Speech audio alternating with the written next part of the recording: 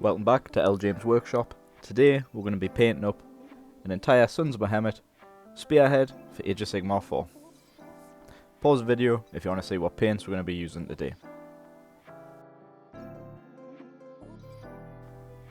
Getting started, we've got 3 almost identical miniatures. There's lots of choice in what you can do. In this case I'm using 2 different types of skin tones, one being dark road flesh, one being Guilliman flesh. We've already got one model slap chopped, prepped with a grey and white dry brush. We don't do any of the black pre-priming here. Cracking straight on with our paint on the wet palette. Going to move it around. It is going to be very watery on the wet palette. You don't lose much of the pigment in the colour, but it's a good thing because it doesn't stain as badly as if you went straight from the pot. Goes that little bit further, moves around, absolutely no issues, goes on like butter. For people that might not know what Spearhead is, it's a new introductory or potentially another way to play Age of Sigmar 4, where all you need is a Vanguard or a Spearhead box, which is the old stock collecting boxes, if it's something that you've not seen for quite a while. The rules are self-contained, with stripped down war scrolls, similar to how Combat Patrol was in 10th edition 40k. Personally, it's probably not going to be something I'm going to play lots, but I'm going to use it as a way to demo the game, to bring new people in to the hobby, into the game system of Age of Sigmar. I also think it's going to be really good in the terms of people that enjoy having multiple armies. For Age of Sigmar, I've got 4 armies, and then another one for my partner. So I've always got choice on what to play. Though, I might want to play, say, Seraphon, because who doesn't like giant dinosaurs riding even bigger dinosaurs? It'd been able just to purchase a Vanguard set, and if you've never seen the new article or whatnot, all the current Vanguard boxes are going to be rebranded into Spearhead boxes, and they'll all be compatible. Whether that changes down the line and they get new ones, I would imagine would be so, but it's a nice way to pick up models at a discount and paint something maybe a little bit different. Here I'm taking a much bigger brush, just because I've got a little bit more comfortable in knowing what this model was like to paint. Again, just working my way around, making sure it doesn't pool too heavily in any recesses or start a run. Because this has got such a large surface area, you do have to kind of watch out a little bit. Because of the model itself in terms of gargants or muggy buggers, having them look a little bit rough and ready only kind of adds to the effect. But this is Guilliman flesh over dark road flesh. To be honest, I don't know why I ever purchased dark road flesh. I think it was an accidental purchase. Guilliman flesh I haven't had much of a chance to use, but this hands down is one of the best contrasts I think's out there for doing skin. The end result on this leader gargant that I'm doing for my friend, it looks really good. Not to toot my own horn, but that's the joys of contrast and slap chop. Back to Spearhead though. Like I say, I think it looks like a great way to demo the game to new people. There's already lots of people at my local club that are looking forward to getting into playing it. It's a lot shorter game, so for people that have got busy lives, can only fit so much time in, or even having shorter games mean you could have a one-day event and you could play more than 3 games, depending on how long. They say that these can be done in a lunch hour or so. We'll wait and see.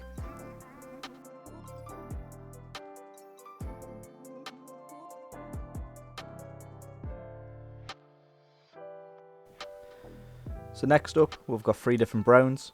We've got Rattling Grime, Wildwood, Garagaxua. These are somewhat interchangeable on all the wrappings, any leather, the wood. And just because we've got 3 models that are relatively similar, they might have some slightly different bits, different posing. Just being able to mix and match what these colours are just gives plenty of different variation in each model. So we're just going to go around, as we do, picking out little bits. Be a bit careful on the strapping here, just because obviously we want to keep these scales looking nice and bright. If you do make any mistakes, get a clean brush, a little bit of water from your water pot, just move that contrast around and just disperse it from the area. No issues.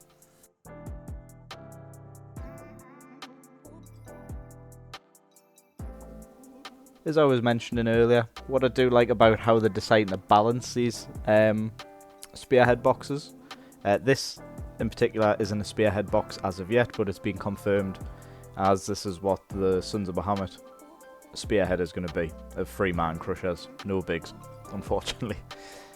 What I do like about this is in the Stormcast one, you get the Indrasta, Annihilators, the rubbish banner guy, and also a chariot and 10 vanquishers. To have these balanced, because against some armies such as like Skaven or whatnot, them Annihilators are just going to come in and just totally wipe stuff out. Because Spearhead is 4 rounds, they've put a limit on how you use Annihilators, as in you can only bring them in for rounds 3 and 4. Which straight away makes it so it's a little bit more balanced.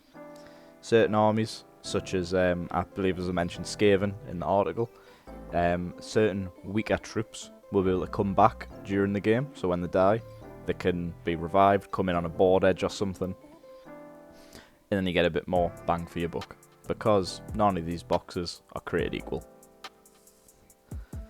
Back to the painting, as you can see we're just working our way around, picking out different bits of leather, different types of browns. This just makes it look a little less uniform, while still keeping cohesion. Leather's leather, wood's wood, but being able to use and keeping your paint collection to a minimum, or a smaller amount, because look, this ain't cheap.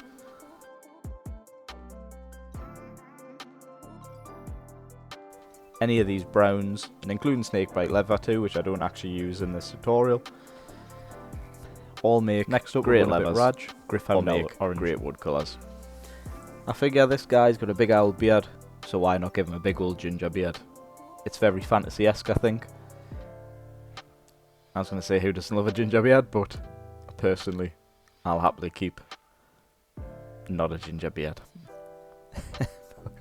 As per, was work way around. Make a mistake like you did here, no biggie. We're just going to clean brush off, disperse the paint out of the way, and crack on. We'll be careful going around these bones, because we're going to use them for a different colour. Talisar blue here, we're going to be using this on all of the scales, and also the pans. And this is what's great about painting stuff like this, where it's a bit haphazard. We can use the paint for different parts of this model, whether it be the pants, or the scales, anything else. So in this case, just be really careful. As you say, we've already put the work in, being careful around doing them straps. No issues. With the pants, you're going to see how they've got this like checker mark pattern. You can very much do these all just one colour. You can do them 2 colours. You could do them as many colours as there's different patterns. Move your way around, don't worry too much about getting it onto all of the stitching. Stitching, we're going to use your shafty bone to go over. Unfortunately the footage of painting this was lost, so I do apologise, but if you go back to, I believe, the previous video on doing teeth and doing nails, we just use a shafty bone for them. Now, 2 greens. We've got Creed Camo, Militarum Green, as you know I love. I'm going to use this to go around, do all the different pants. Again, do the check mark patterns. We can make it so you have 2 connecting bits as the same green. We can go green 1, green 2, work our way around, have fun. It doesn't need to be any sort of real pattern, because at the end of the day, these are meant to look well, if you have a look at the pants, which I know I forgot to do the arse cheeks on this guy, just have fun with it. Don't think too hard on it. Just start whacking some colours down on the different parts of the pants.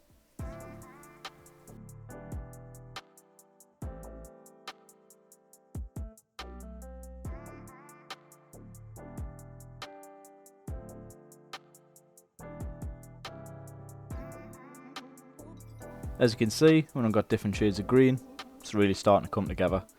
Give it that patchwork style. Next, Blood Angel's red. It's a really solid red.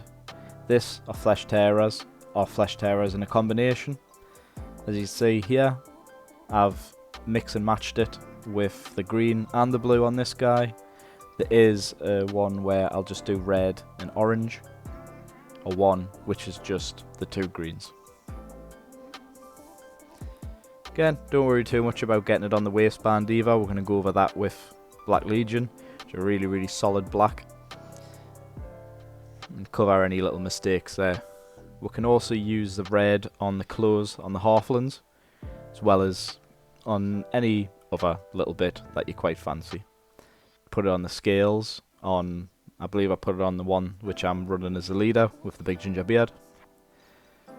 Just have fun with it. At the end of the day, there's no right or wrong way to do them on this, and especially with the fact that their clothing's put together, strung together with probably all different types of clothing, because realistically, well, I say realistically, it's a fantasy sin.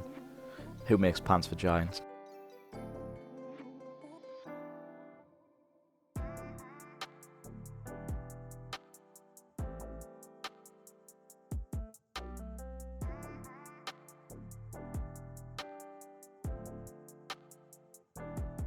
Next up, Basilicanum Grey. We're going to use this on... I'm getting really good at saying that, aren't I?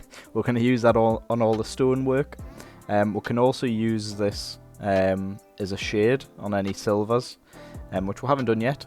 But again, the video file got corrupted, had some issues with my camera running out of space, and it did knack up towards the end of this video. So yeah, we're just going to work our way around. If you get a little bit on the wood, who cares? It'll just look like a little bit extra depth and then recesses. Let's work your way around. Nice, simple gravestone on this. Again, if you see anything like the Carflin hair, any stones hanging off the ears or on the back of the arms. Fortunately, lost a bit of the footage here, but we're going to be using Skeleton Horde to paint in all of the skulls hanging off his beard. Any bits of wrapping that you haven't done yet, you can use this on too, such as on the makeshift mace that straps the gravestone to the uplifted tree. Again, there's really not a right or wrong way to do this. They're meant to look like they've been chucked together. This isn't a mace that anybody else would use. It's not been created. He's stuck a gravestone in a tree and he's hitting someone across the head with it. We've got Cerakote Silver from the 2 Thin Coats range. Really enjoying this as a good base silver. You could also use Lead Belcher from Games Workshop, Steel from Vallejo. Just nice to try different ones. We're going to be really careful when we go around on the gauntlets. Each one's got a similar gauntlet. We just don't want to get it over any of the strapping on the outer edge. Again, once this is all done, we can use the Basilicanum Grey, Deep Shade, the Black Deep Shade, sorry, Dark Tone, None Oil, just to shade all the metal. I did have this all recorded, fortunately lost that. Black Legion, we're going to use this on all of any type of knot on the side of the pants. I couldn't think for life as what they were called. As well as a waistband. It just breaks up a bit, covers any mistakes, stands out somewhat as well, just with it being very nice dark black. Once you've used it on the wet palette, you do still get a bit of transparency. I'd really do rate Black Legion for many things. Again, it's a really solid black off the wet palette. You don't really get too much contrast if you do it straight from the pot, but if you do it straight from the pot, it's absolutely brilliant to block in anything that you want black. If you want to go over with a dry brush with just a silver or any other colour. If you go back and you watch the Squigs video, I do it on the mushrooms. If you have a look on, I can't even think which video it's called now, but if you look at the one where I was painting my iron jaws, you see it's how I block in the armour. Again, this took us just under 2 hours, I believe, to paint 3 of them. All to half decent standard, especially where you can just stick it on, have a couple of games of Spearhead. It's looking really interesting, and I'm looking forward to getting this on the table, introducing new people.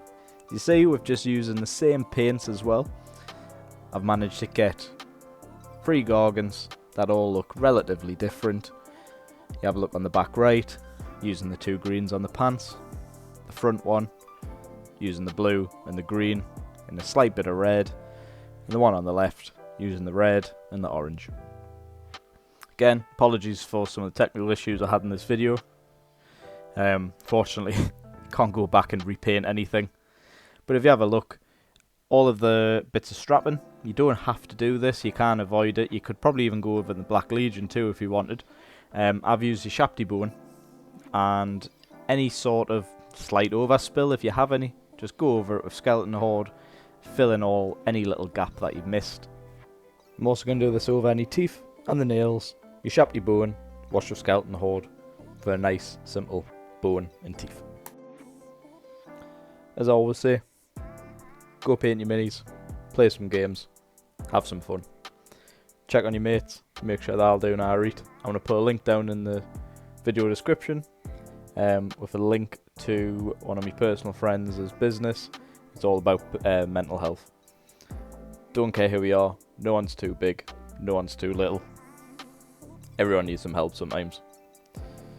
Like and share, put in the comments who you're going to play in Spearhead.